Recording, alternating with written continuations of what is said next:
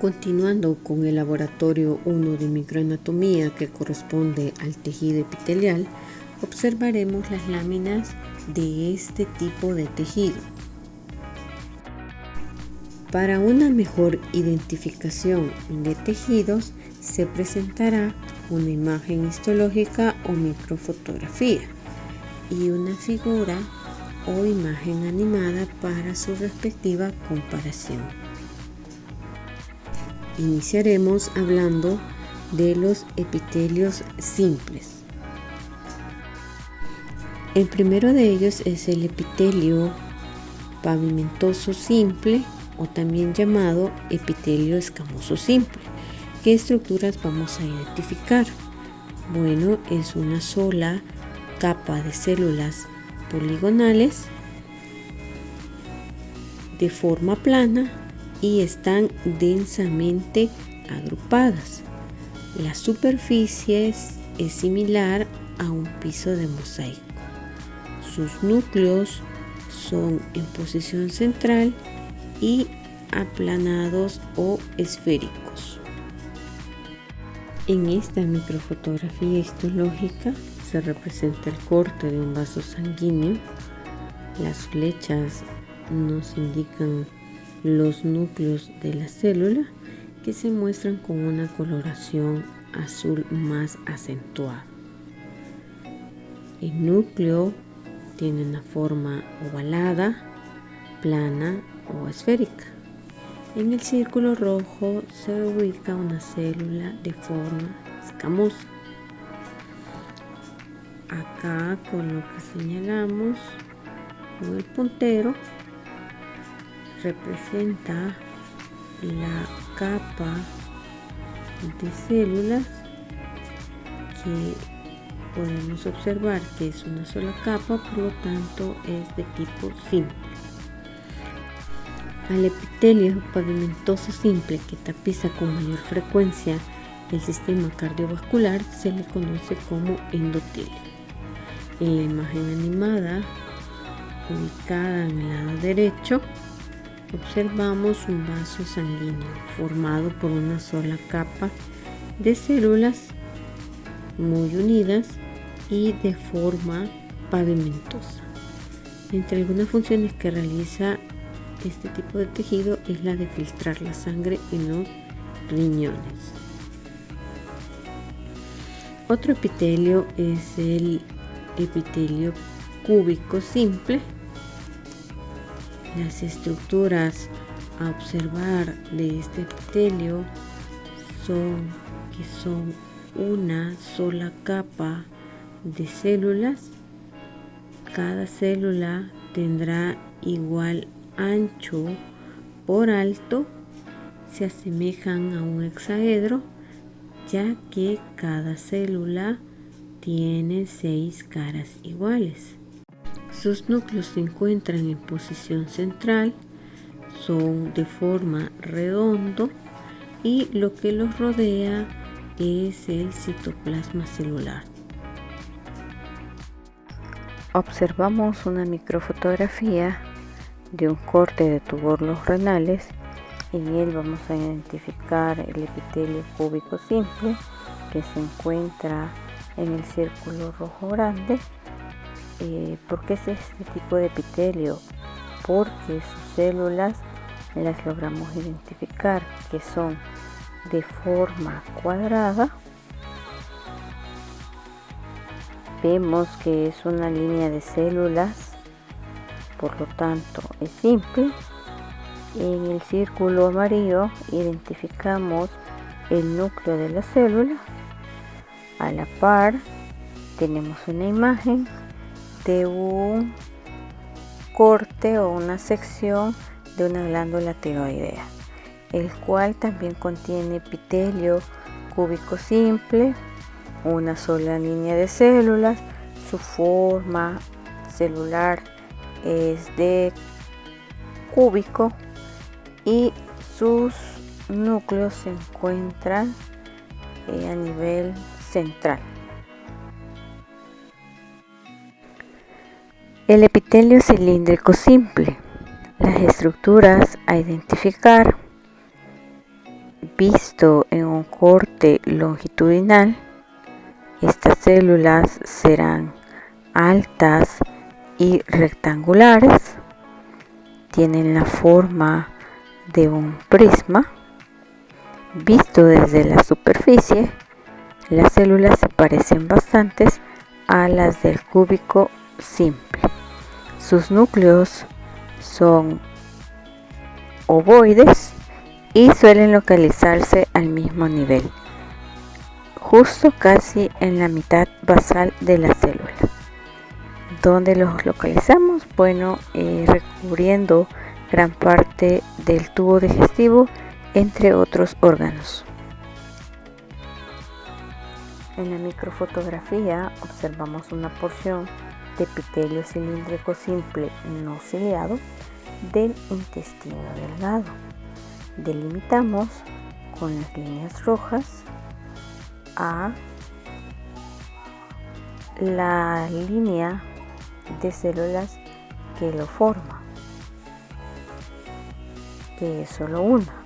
En el rectángulo amarillo se ubica una célula cuya forma es cilíndrica.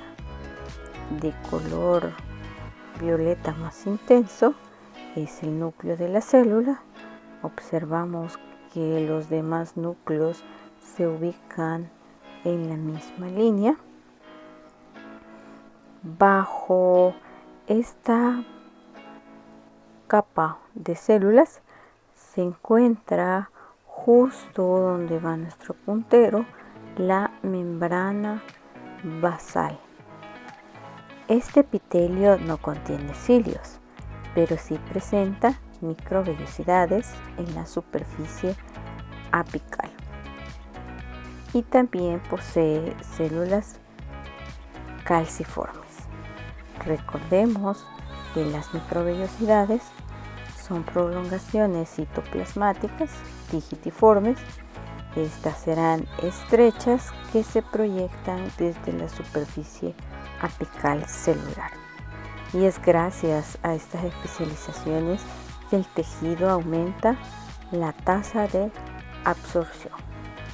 En cambio, las células caliciformes son células epiteliales modificadas que secretan moco, que es un líquido un poco pegajoso. Esta es una imagen histológica del epitelio cilíndrico simple ciliado. Siempre posee una sola capa de células. Los núcleos se encuentran en la misma línea y son ovalados y visibles. La imagen del lado derecho, esta es la captura de cilios que recubren al útero y a los oviductos.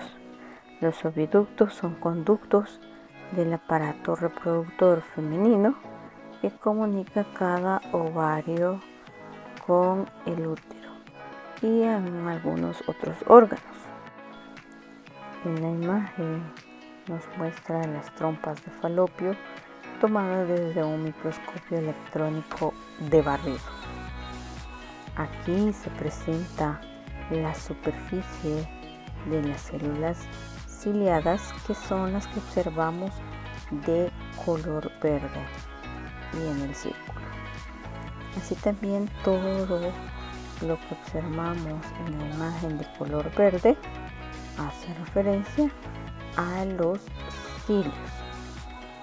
Y la superficie secretora de las células no ciliadas, pero que están cubiertas por microvellosidades, son las que observamos de color rosado.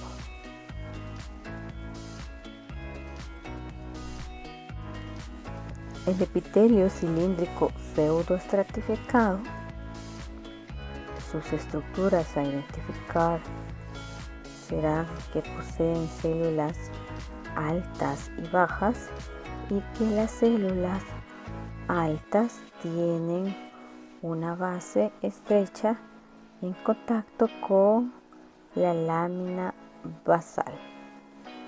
en la superficie apical estará más ensanchada. Lo podemos observar en la microfotografía, las células más altas y células más bajas, en lo que la base es estrecha y la superficie está más ensanchada. Las células de diferentes alturas, todas se adhieren a la membrana basal, pero no todas alcanzan la superficie apical. Sus núcleos se localizan en diferentes niveles y le confiere el aspecto como si fuese epitelio estratificado. El prefijo pseudo significa falso, y entonces podríamos decir que es un epitelio cilíndrico falso estratificado. Este puede ser ciliado o no ciliado.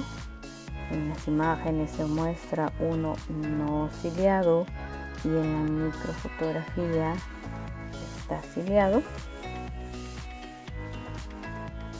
Este tipo de epitelio no ciliado carece de células caliciformes. El tipo más difundido de epitelio cilíndrico pseudoestratificado es el ciliado. Los cilios se ubican en la zona apical de las células que alcanzan la superficie. Poseen células que secretan mocos llamadas células caliciformes y la observamos justo aquí en medio de color rosado. Esta es una imagen de epitelio de tráquea, específicamente de la mucosa, y es una sección de la pared de dicho órgano. Las células epiteliales ciliadas, ubicada una en el recuadro color rojo, junto con una flecha que está señalando su núcleo, y la función de estos cilios es pues movilizar, ¿verdad?, aquellos desechos atrapados en el moco para posteriormente ser expectorados. Esta es una imagen de epitelio nasal. Las flechas nos indican los cilios que arrastrarán el moco con partículas atrapadas en él gracias a su acción ciliar, que llegará, ¿verdad?, ese moco a la faringe para deglutirse o para expectorarse. Y vemos acá las células, algunas secretando mucosidad y otras no. En la microfotografía vemos al epitelio cilíndrico pseudoestratificado de la laringe. Identificamos sus cilios en la capa apical. Observamos la capa de células, que pareciera que fueran varias, pero realmente es una sola capa, y el tejido conjuntivo subyacente ubicado debajo de la capa de células. Finalizados los epitelios simples, empezaremos con los epitelios estratificados. El epitelio pavimentoso estratificado no queratinizado, las estructuras que identificaremos es que es un epitelio grueso, húmedo, compuesto de 2 o más capas celulares. Estas poseen núcleos. En la capa más superficial presenta células de tipo aplanada y también algunas en las capas subyacentes. En la parte media o en las capas medias, las células son de forma polimorfas, que quiere decir que presentan diferentes formas. Y en las capas más profundas varían la forma de la célula, desde cuboides hasta cilíndricas. Solo la capa más profunda se encuentra en contacto con la membrana basal. A medida que las células basales se dividen, las células hijas surgen mediante divisiones celulares, como lo observamos en esta célula. Estas se empujan hacia arriba en dirección a la cara apical. En la trayectoria hacia la superficie, alejándose de la irrigación sanguínea que le proporciona el tejido conectivo subyacente, porque recordemos que el tejido epitelial es avascularizado. Entonces, este epitelio no contiene grandes cantidades de queratina en la capa apical y en varios planos subyacentes. Es por eso que sus núcleos pueden ser visibles y los observamos en la imagen histológica. Esos puntos de coloración más acentuada nos indican que son los núcleos de las células.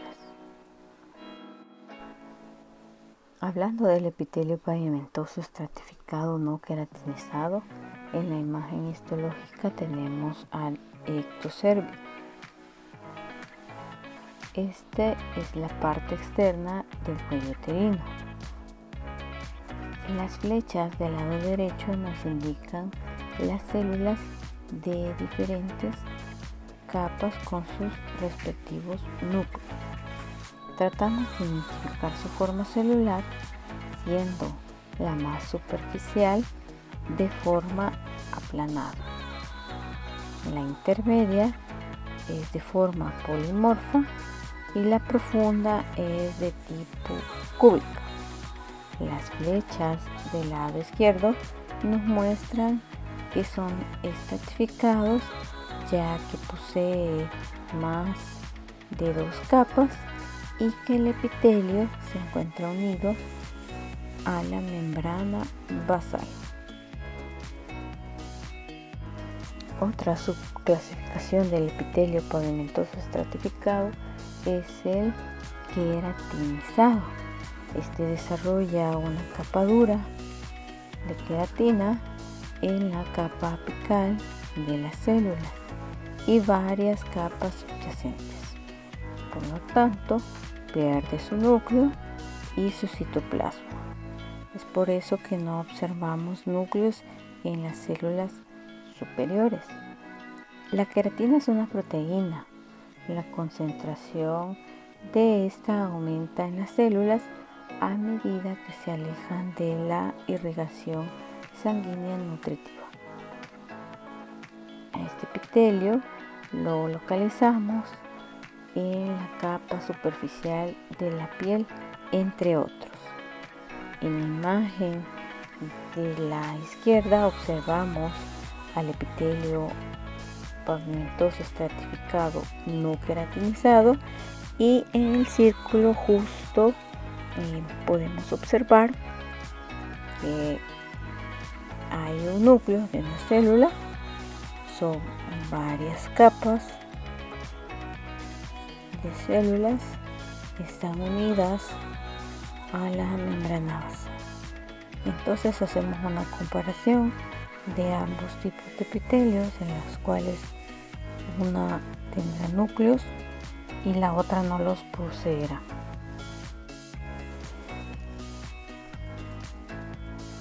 El epitelio de transición es otro tipo de epitelio en el cual es de forma polimorfa o de transición. se ubica en la vejiga y en las vías urinarias. Es por eso que lleva su nombre o es conocido como urotelial. Sus células tienen distintas formas, por eso es polimorfo. Y también tiene alturas según el estado de represión o de vacuidad de la vejiga. Por eso que se le llama transición, porque pasa de una forma a otra. Este tipo de epitelio también contiene células binucleadas, que significa que tiene doble núcleo alguna de sus células. Ya mencionamos que cambia la forma de las células. Existen algunas que tienen forma de raqueta, se los conocen en algunas literaturas. Poseen citoplasma celular, están unidas sus células más profundas junto con la membrana basal. En las microfotografías representan una porción de la vejiga urinaria. Está tapizada por el urotelio o epitelio de transición. Cuando la vejiga se encuentra en vacuidad o vacía, el tejido estará relajado o no estirado. Sus células apicales tenderán a ser grandes y redondas. Pero si la vejiga se encuentra en represión o llenas, el tejido se estirará y por lo tanto las células apicales se aplanarán y ofrecerán el aspecto de un epitelio pavimentoso estratificado. Sus múltiples capas y su elasticidad lo hacen ideal para tapizar estructuras huecas, como es el caso de la vejiga que se expande desde su interior. En la imagen podemos observar esta célula que señalamos con el puntero, en el cual tiene un halo claro que es el citoplasma y contiene su núcleo, que su coloración es más intensa.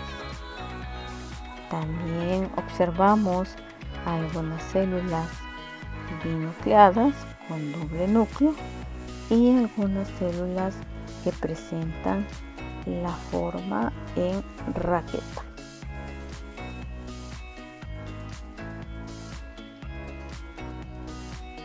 La microfotografía es una porción de uréter, que son los conductos por donde descienden la orina desde el riñón hacia la vejiga.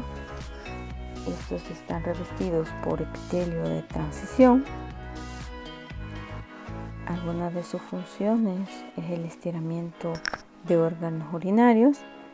Vemos células binucleadas y células en forma de raqueta. Así también observamos en la capa apical células más bombeadas. Quiere decir que esta porción del uréter está vacía. Vemos las múltiples capas de células. Y es con esto que finalizamos la identificación de estructuras del tejido epitelial de cobertura y revestimiento. El segundo tipo de tejido epitelial son las glándulas.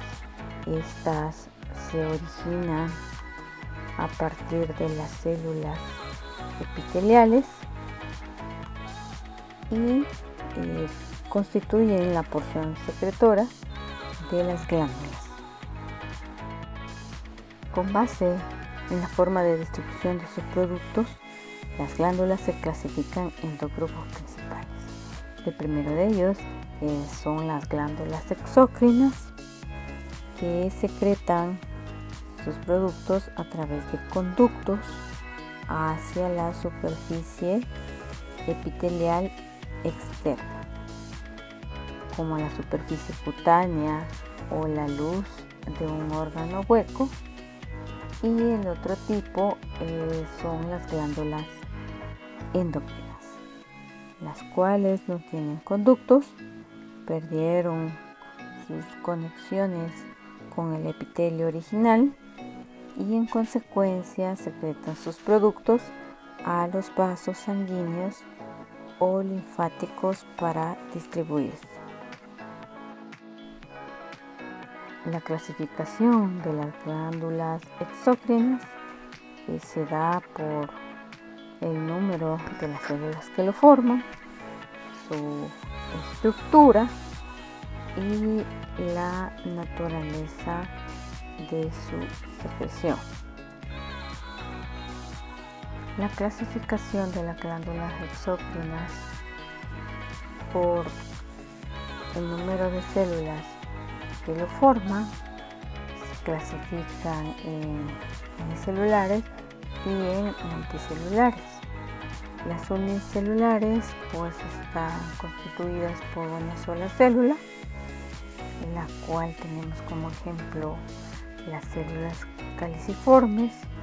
Su contenido estará en la parte superior, en donde los gránulos secretorios poseerán o fabricarán el moco para luego ser expulsado. Este tipo de célula tiene la característica de ser la forma como una copa de vino. También posee núcleos y lo estamos señalando con el puntero.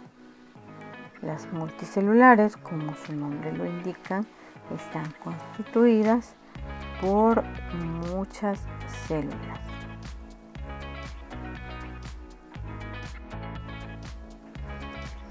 Las glándulas exócrinas multicelulares también se dividen en dos tipos. Uno de ellos es por sus conductos. Toda glándula presenta dos partes importantes. Una de ellas es la porción secretora y otra es el conducto. Entonces, cuando no son ramificados, significa que solo tendrán un solo conducto. Y cuando son conductos ramificados, tendrán de 2 a 3 conductos.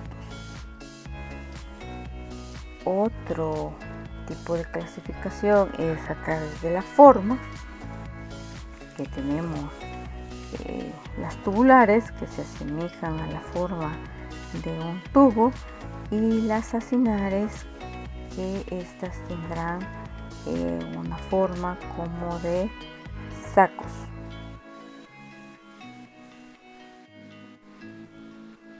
Entonces, para nombrar una glándula, primero colocaremos el término glándula, posteriormente la forma de la glándula y el conducto. Así vamos a tener a la primera imagen, la cual será una glándula tubular, porque la forma es una porción secretora sin forma de tubo, y simple porque solo tiene un conducto. La segunda imagen es una glándula tubular también, porque a pesar de que sus túbulos son ramificados, pero presentan forma de tubos, y es simple porque solo tiene un conducto. Entonces es una tubular simple ramificada. La tercera imagen es una glándula hacinar, vemos cómo se forman en los extremos esos como saquitos, y es compuesta porque tiene diferentes conductos. Y la última es una glándula combinada túbulo acinar, porque vemos su porción secretora que tiene tanto la forma de túbulos como de sacos, y compuesta porque tiene más de un conducto. La glándula caliciforme, este tipo de glándula exócrina unicelular, es importante porque secreta moco de forma directa hacia la superficie apical de un epitelio de revestimiento. Antes de liberar el moco, se acumula en la porción superior de la célula, donde sobresale, y se determina que toda la célula tiene el aspecto de una copa de vino. El moco secretado en este tipo de células permite lubricar ciertas partes o zonas. En la microfotografía lo observamos en el círculo rojo y marcado con una flecha, su forma como de copa de vino. La glándula tubular simple, en el estómago se ubican las criptas gástricas llamadas criptas de Lieberkühn. Estas son glándulas tubulares simples porque su porción secretora tiene una forma de túbulo, lo observamos en la microfotografía, y es simple porque solo tiene un conducto y su función es la de producir sustancias. Las glándulas pilóricas son glándulas de tipo tubular ramificada, presentan un solo conducto pero varias porciones secretoras, por eso es ramificada. En la zona de producción del contenido glandular se da en las porciones secretoras. Vemos la microfotografía, la glándula, y en la imagen animada está representada la misma glándula. Por último, tenemos las glándulas túbulo acinar simple. Estas van a tener su porción secretora en forma de túbulo y acinar, y solo presentan un conducto. Con esto damos por finalizado el laboratorio 1 de origen de los tejidos y tejido epitelial. Muchas gracias por su atención. Los esperamos en un próximo video.